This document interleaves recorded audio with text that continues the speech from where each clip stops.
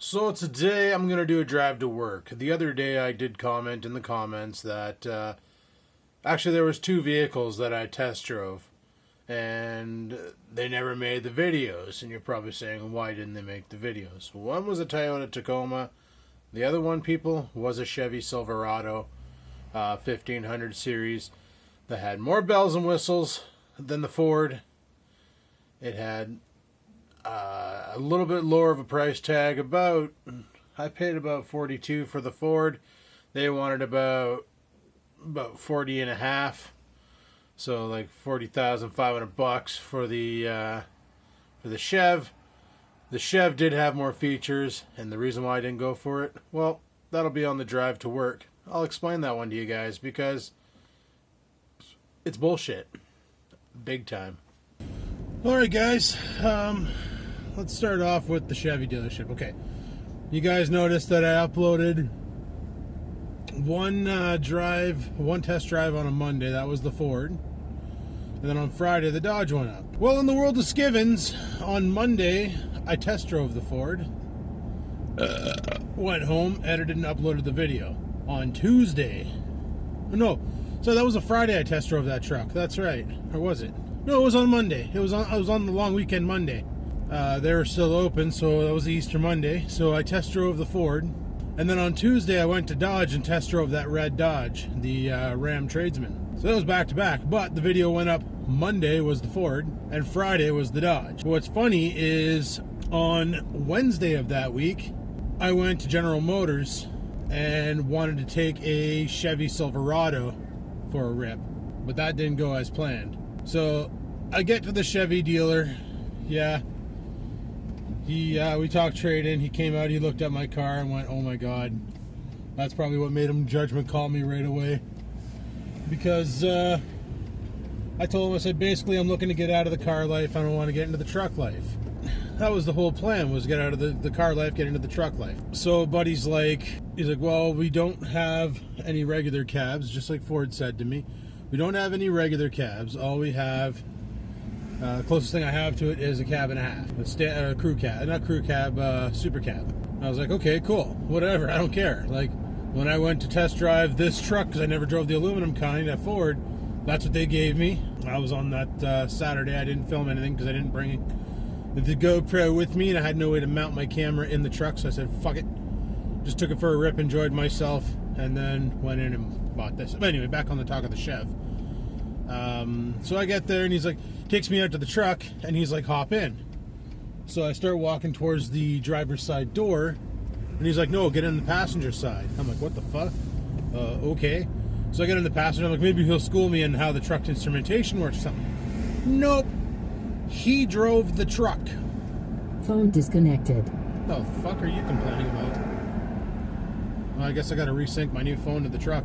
So, sure enough, he literally takes me like for a 2 second, not a 2 second, but like a 2 minute test drive down the road.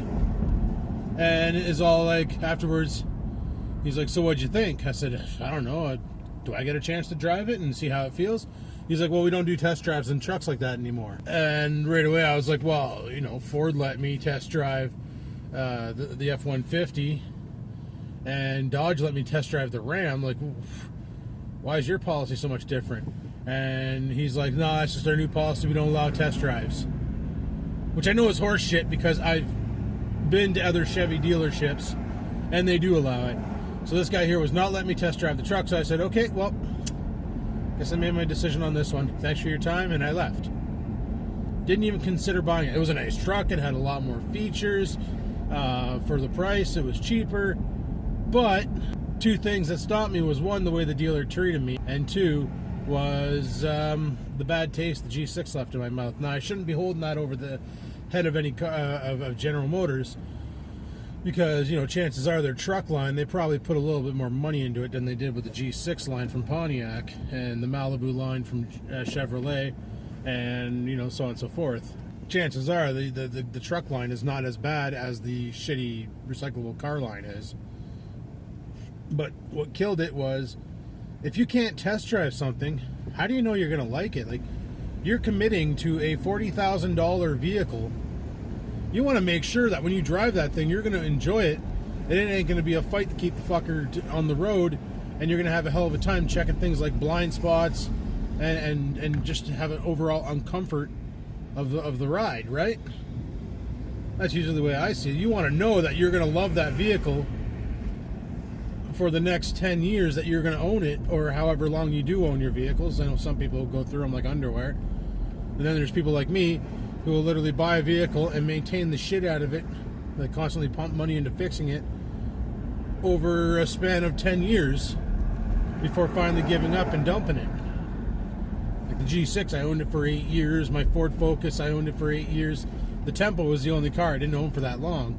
So it's all based on, like, I want to make sure that I'm going to enjoy driving the vehicle before I commit, and they just would not let me have that chance. So I had to decline on the Chev.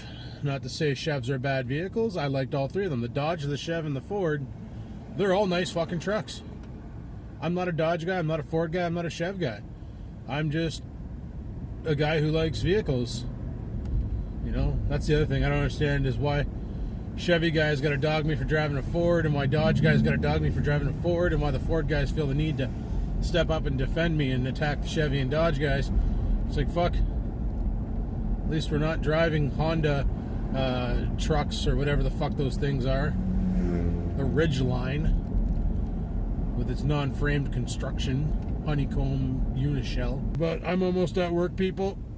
So I'll tell you the story about Toyota on my way home tonight. And that one there ain't far off from the Chevy dealership.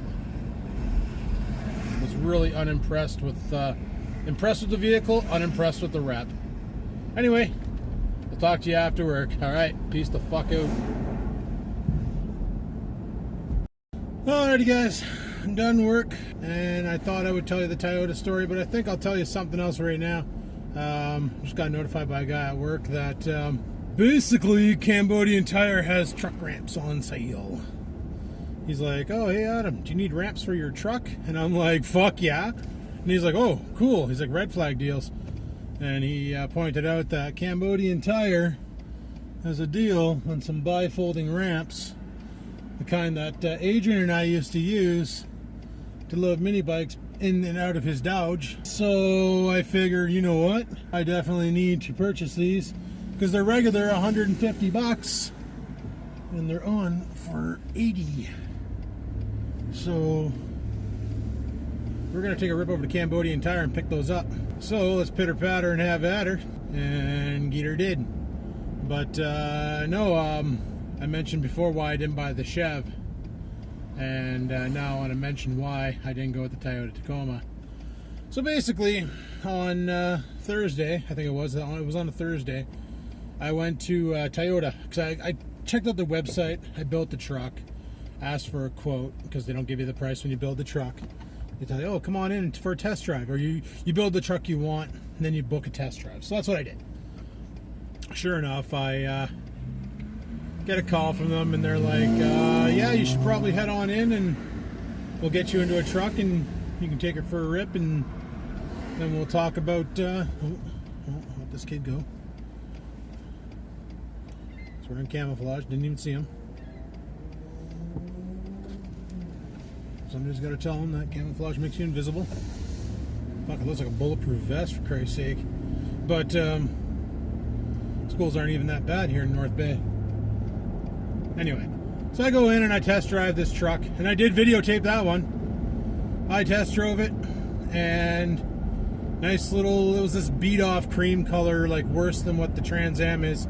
Toyota Tacoma, 1.5 door, 5-speed. That's right, test drove a 5-speed 4-banger.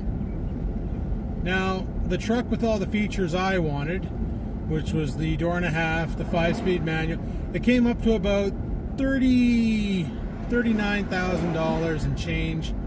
It had like the on-screen display, backup camera, a lot of the bells and whistles, but it was in the base model. Okay, cool, right? Well, fuck. I go back into the shop, and we're talking, and they looked at the car and said, well, the best we can do is give you $350 for it because That's the value we're going to get when we bring it to the scrapyard to turn it into a pop can. I accepted that. Like, if you're going to give me $300 to $500, that's all that fucking bucket was worth, right? It was a pile of shit. Did his job, did a good job doing it, but she spent. So I was like, all right, well, that's acceptable. I'll let that go. But then they're like, well, here's the final price. And after everything was said and done, it was actually more than this truck for a base model with some bells and whistles added into it. And I was like, well, for fucking duck's sakes, like, I said, well, is there anything we can do about the price? Well, rather than saying, well, unfortunately, no, there isn't, but we can go this way, or basically trying to explain why the price is so high, the guy literally becomes like a shark looking for blood and says to me, listen, this is a Toyota. The price is the price. If you don't buy it, someone else will. And the way he said it was like so fucking ignorant that I was like, okay, thanks for your time. Have a nice day. Got up and walked out of there. I even told him I had 10 grand to put down on the fucking thing. Like, is there anything we can do? Like, you're going to get a sale today. I really liked that truck. It was nice. It was a fair size, not as tall sitting as this one, but it was a fair size truck. It was pretty good with the 5-speed. I couldn't imagine, or the 6-speed. I couldn't imagine the fucking thing with an automatic.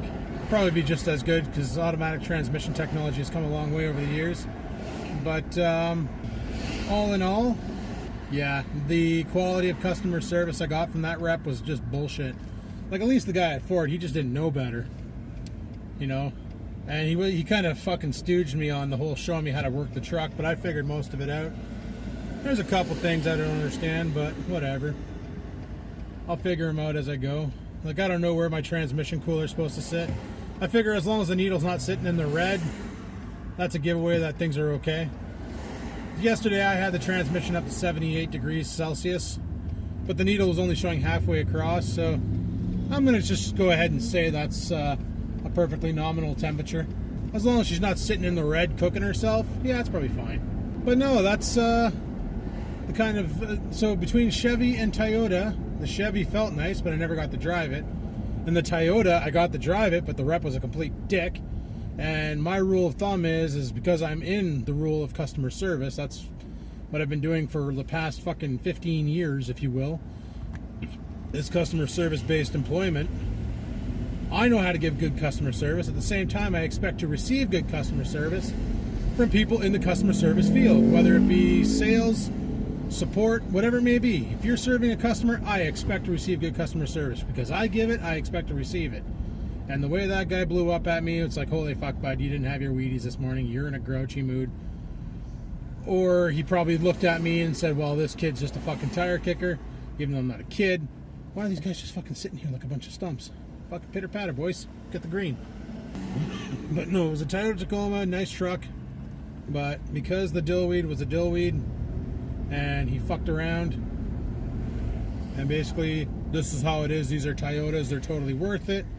My conclusion was, GFYM, I'm buying something else.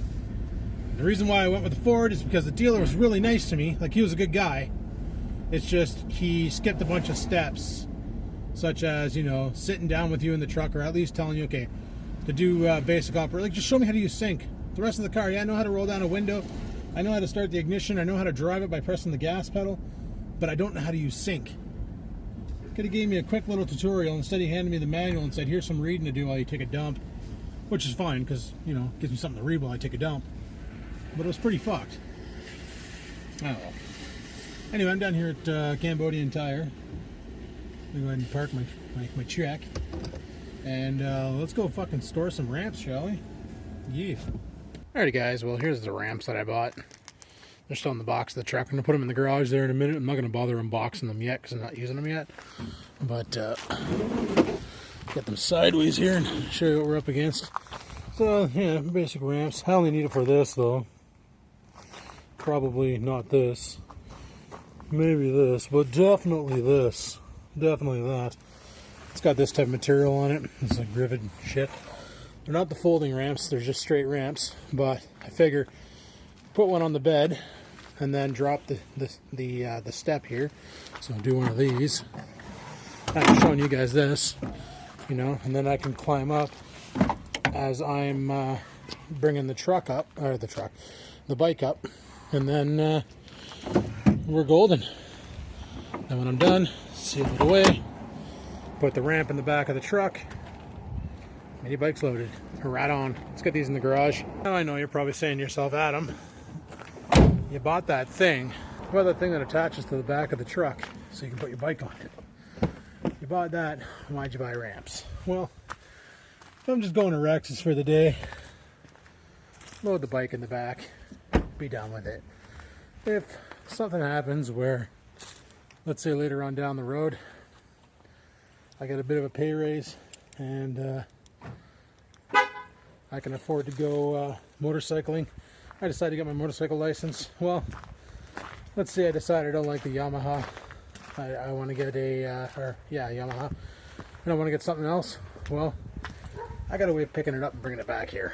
Fucking nice. Now, I may have jumped the gun on those ramps because, well, it was a good deal. It was a really good deal for those ramps. I was wrong on the price. They were $78. I think I said 90. But Rex and I aren't planning on going moto vlog or mini biking anytime soon. I'm just saying that if we do, at least now I got a way to haul them. What the fuck is that dog doing? You gonna poop? Oreo, you gonna poop? He gonna poop. Look at him, he's pooping. But yeah, that's the reason why I bought those ramps, is so that I don't have to sit there and waste time hooking that thing over to the back, wheeling the bike on the back. Some of you were saying, well, the motorcycle handles might hit the gate. And you're right, it might not. But I also bought some ratchet straps. They were $17. So all in all, it was about $100 after taxes for the ramp. And, you know, I'm not just going to use them for the motorbikes. What if we need to move a fridge or something and we need to use a dolly? Well, we can use the ramps to guide the thing up there. Way fucking easier than doing it any other way, let me tell you. So, yeah, it is what it is. Forgot to show you that I still got my old plates from the G6. I can turn them in and get some money back for the sticker. Or I can keep them as memento, whatever the fuck. Yeah. But anyway, guys, that's the reason why you only saw 2 test drives from me. I did 4, you only saw 2. The reason being is because the other 2 dealers, one was an idiot, wouldn't let me drive the truck, and the other one didn't even bother trying to explain why they wouldn't lowball, or why they wouldn't haggle. Well, I guess they sort of did explain why. Because it's a Toyota and it's totally worth that. And if you don't buy it, somebody else will. Well, you know what? Go fuck your head. I bought a Ford. And I love it. So, anyway, people, I'm going to shut this down here. Probably eat some dinner. And then hang out with the guys on TeamSpeak and get to bed at a decent hour tonight. So thanks for watching my video. Hopefully you enjoyed it. If you did, click that like button. Any questions, comments, concerns, down below they go. And until next time, people, peace the frig out. Or keep on trucking, as it was said I should start saying. Yeah?